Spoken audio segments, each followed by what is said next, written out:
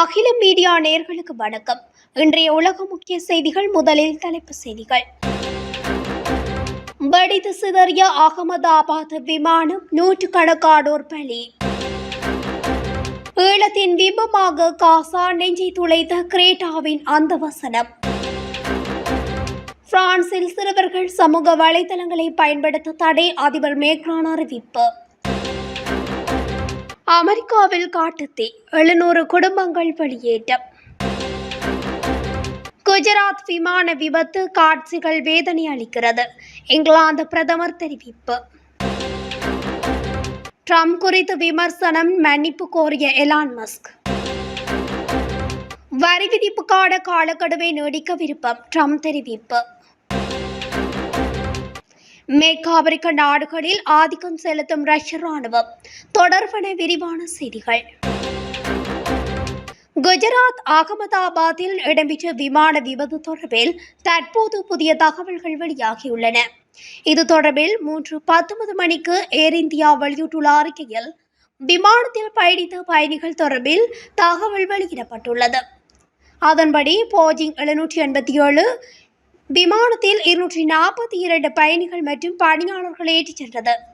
இவர்களில் 169 பேர் இந்தியர்கள் எனவும் 53 பேர் பிரித்தானிய நாட்டவர்கள் எனவும் கனடாவிலிருந்து ஒருவரும் 7 பேர் போர்த்துகேய நாட்டவர்கள் எனவும் தெரிவிக்கப்பட்டுள்ளது.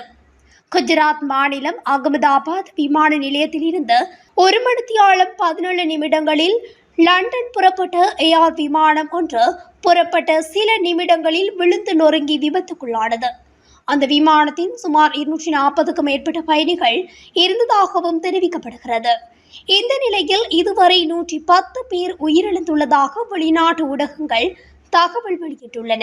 குறித்த விமானத்தில் முன்னாள் குஜராத் முதலமைச்சர் பயணித்ததாகவும் தெரிவிக்கப்படுகிறது. அத்துடன் அகமதாபாத் விமான நிலையமும் சற்று முன் மூடப்பட்டுள்ளது. ஏர் இந்திய விமானம் கீழே விழுந்து வெடித்து சிதறியதை தொடர்ந்து அகமதாபாத் விமான நிலையம் கால வரையறையின்றி மூடப்பட்டுள்ளது. மறு அறிவிப்பு வரும் வரை அகமதாபாத் விமான நிலையத்தில் விமானங்கள் புறப்பாடு, தரையிறக்கம் இல்லை எனவும் அகமதாபாத் வந்து கொண்டிருந்த விமானங்கள் அருகாமை விமான நிலையங்களுக்கு திருப்பி விடப்பட்டதாகவும் தெரிவிக்கப்படுகிறது.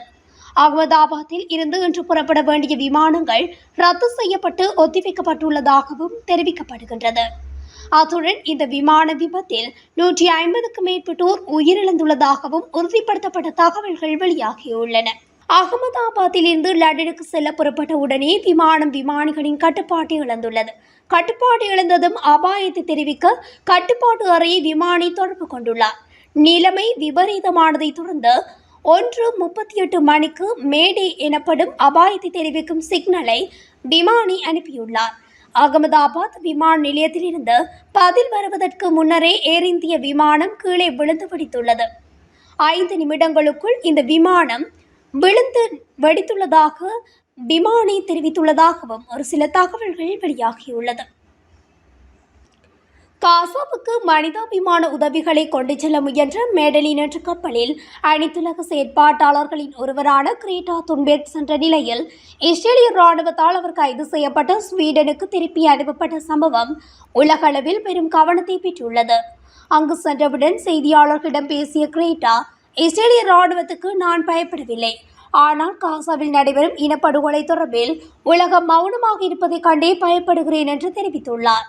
இந்த நிலையில் அவருடைய கருத்து பலருக்கு ஈழத்தில் தமிழர்கள் எதிர்கொண்ட இனப்படுகொலையை நினைவூட்டுகிறது. 2009 இலங்கையின் இறுதிப் போருக்கு பின்னால் ஆயிரக்கணக்கான தமிழ் மக்கள் ஐக்கிய நாடுகள் அமைப்பின் கண்காணிப்பிலும் இருந்தபோதும் படுகொலை செய்யப்பட்டனர். அதுபோலவே இன்று காசா மக்களும் சர்வதேச அமைப்புகளின் பார்வைக்கு நடுவிலும் இன அழிப்பு செயல்களில் சிக்கியுள்ளனர். இவ்வாறானதொரு பின்னணியில் கிரேட்டாவின் இந்த கருத்துக்கு பல்வேறு இடங்களில் ஆதரவு குரல்கள் உயர்ந்துள்ளதுடன் சமூக ஊடகங்களிலும் காசா ஜெனோசைட் என்ற கேஷ்டேக்கும் பரவ தொடங்கியுள்ளது. உலகம் முழுவதும் இன அழிப்பு செயல்கள் தொடரும்போது கிரேட்டா துன்பெர்க் போன்ற துடிப்புள்ளவர்களின் உரிமை குரல்கள் காசாவாக இருந்தாலும் ஈழமாக இருந்தாலும் நீதிக்கான தேடலின் ஒரு தொடக்கமாக இருக்கலாம் எனவும் செய்திகள் வெளியிடப்பட்டுள்ளது. சமூக வலைதளங்கள் இளைஞர்கள் மீது ஏற்படுத்தும் எதிர்மறை தாக்கம் குறித்து கவலைகள் அதிகரித்துள்ள நிலையில் பிரான்ஸ் முக்கிய முடிவை அறிவித்துள்ளது. 15 வயதுக்குட்பட்ட குழந்தைகள் சமூக ஊடகங்களை பயன்படுத்துவதை தடுப்பதற்கு விரைவில் கடுமையான விதிகள் அமல்படுத்தப்படும் என்று பிரான்ஸ் அதிபர் இம்மானுவேல் மேக்ரான் அறிவித்துள்ளார். மேக்ரான் கூறுகையில் 15 வயதுக்குட்பட்ட குழந்தைகளுக்கு சமூக ஊடகங்களை பயன்படுத்துவதை தடை செய்ய வேண்டிய அவசியம் உள்ளது. இது தொடர்பாக ஐரோப்பிய ஒன்றியம் கூட்டு முடிவு எடுக்குமா என்பதை பார்க்க சில மாதங்கள் காத்திருப்போம். இளைஞர்களிடையே வன்முறை போக்குகள் அதிகரித்து வருவதற்கும் குழந்தைகள் மேற்பார்வையின்றி டிஜிட்டல் தளங்களை அணுகுவதற்கும் சமூக ஊடகங்களே முக்கிய காரணம். கடந்த ஆண்டு ஆஸ்திரேலியா 16 வயதுக்குட்பட்ட குழந்தைகள் சமூக ஊடகங்களை பயன்படுத்துவதை தடை செய்ததும் குறிப்பிடத்தக்கது. அமெரிக்காவின் ஒரிகன் மாகாணத்தில் ஏற்பட்டுள்ள காட்டுத்தீயால் அப்பகுதியில் வசித்த மக்கள் சுமார் 700க்கும் மேற்பட்ட குடும்பங்கள் தங்களது வீடுகளை விட்டு வெளியேற்றப்பட்டுள்ளனர். ஓரிகனின் கொலம்பியா ஆற்றுக்கணவாய் பகுதியில் நேற்று முதல் ஏற்பட்ட காட்டுத்தீயால் அம்மாகாணத்தின் யூதா ஆற்றுக்கும் டல்லஸ் நகரத்துக்கும் இடையிலான 84 நெடுஞ்சாலை மூடப்பட்டுள்ளது. அப்பகுதி முழுவதும் புகை மூட்டமாக காட்சியளிப்பதால் சுமார் 32 கிலோமீட்டர் நீளமுடைய நெடுஞ்சாலையில் வாகனங்கள் அனுமதிக்கப்படவில்லை என கூறப்படுகிறது. இதனைத் தொடர்ந்து ஹெலிகாப்டர்கள் மற்றும் விமானங்களின் மூலம் அங்கு பரவி வரும் காட்டுத்தீயை அணைக்க அமெரிக்க தீயணைப்பு படையினர் போராடி வருகின்றனர். இந்நிலையில் வடமேற்கு டல்லாஸ் நகரத்தை சுற்றியுள்ள பகுதிகளில் வசித்த சுமார் 700க்கும் மேற்பட்ட குடும்பங்கள் தங்களது வீடுகளை விட்டு வெளியேற்றப்பட்டுள்ளனர். மேலும் 1352 குடும்பங்கள் வெளியேற தயாராக இருக்குமாறு அதிகாரிகள் அறிவுறுத்தியுள்ளனர். குஜராத் மாநிலம் அகமதாபாத் விமான நிலையத்தில் இருந்து இன்று மதியம் 1:38 மணிக்கு லண்டன் புறப்பட்ட ஏர் இந்தியா பயணிகள் விமானம் ஒன்று புறப்பட்ட சில நிமிடங்களில் விபத்துக்குள்ளானது. அகமதாபாத் விமான நிலையம் அருகே உள்ள குடியிருப்பு பகுதியில் விமானம் கவிழ்ந்து நொறுங்கி தீப்பற்றியது. சம்பவ இடத்துக்கு விரைந்த மீட்புக் குழுவினர் மீட்பு பணியில் ஈடுபட்டுள்ளனர். இந்த நிலையில் விமான விபத்து காட்சிகள் வேதனை அளிப்பதாக இங்கிலாந்து பிரதமர் கேர் ஸ்டார்மர் தெரிவித்துள்ளார்.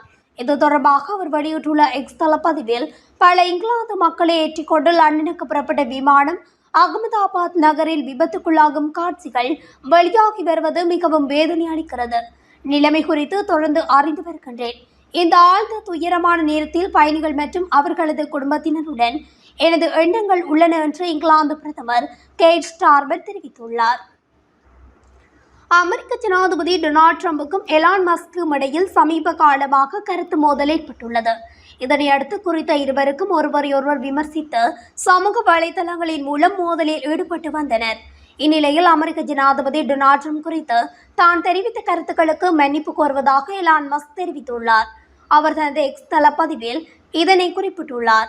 அதாவது கடந்த வாரம் ஜனாதிபதி டொனால்ட் ட்ரம்ப் குறித்த தனது சில பதிவுகள் அளவு மீறி சென்றுவிட்டன. அதற்காக நான் வருத்தம் தெரிவித்துக் கொள்கின்றேன் என எலான் மஸ்க் தெரிவித்துள்ளார். இதற்கு ட்ரம்ப் கூறியதாவது, எலான் மஸ்கின் மன்னிப்பை ஏற்றுக்கொண்ட ட்ரம்ப் அவர் மன்னிப்பு கேட்டது மிகவும் நல்ல விஷயம் என்றும் அவர் கருத்து வெளியிட்டுள்ளார். பல்வேறு நாடுகளுடன் வரி விதிப்பு தொடர்பான பேச்சுவார்த்தைகள் இடம்பெற்று வருவதால் வரி விதிப்புக்கான காலக்கெடுவை நீடிக்க உள்ளதாக அமெரிக்க ஜனாதிபதி டொனால்ட் ட்ரம்ப் தெரிவித்துள்ளார். அந்த வகையில் ஜூலை 9 வரை நிறுத்தி வைத்துள்ள வரி விதிப்பு அவகாசத்தை மேலும் நீடிக்க விரும்புவதாக ட்ரம்ப் தெரிவித்துள்ளார். மேற்கு ஆப்பிரிக்க நாடுகளில் ரஷ்யா தனது இராணுவத்தின் ஆதிக்கத்தை அதிகரித்து வருகிறது.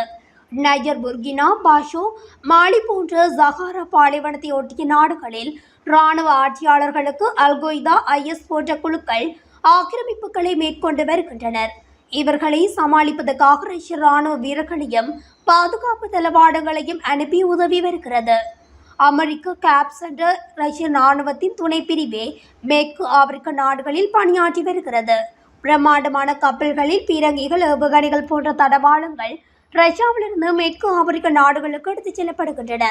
இந்த நாடுகளுக்கு அமெரிக்கா, பிரான்ஸ் ஆகிய நாடுகள் ஏற்கனவே உதவி கொண்டிருந்தன.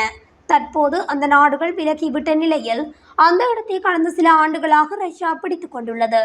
ஆப்பிரிக்க நாடுகளுக்கு கடனுதவி தந்து சீனா தங்கள் கட்டுப்பாட்டிற்குள் கொண்டு வந்துள்ளதாக தகவல்கள் உள்ள நிலையில் மேற்கு ஆப்பிரிக்க நாடுகளை இராணுவ ரீதியாக ரஷ்யா தங்கள் பிடியில் வைத்திருப்பது சர்வதேச அரசியலில் கவனம் பெற்று வருகிறது.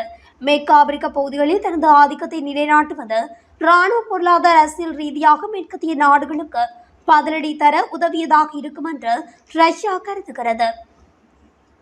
இதுடன் அகில மீடியாவின் இன்றைய உலக முக்கிய செய்திகள் நிறைவடைகின்றன. தொடர்ச்சியாக செய்திகளை அறிந்து கொள்ள அகில மீடியாவுடன் இணைந்திருங்கள். நன்றி, வணக்கம்.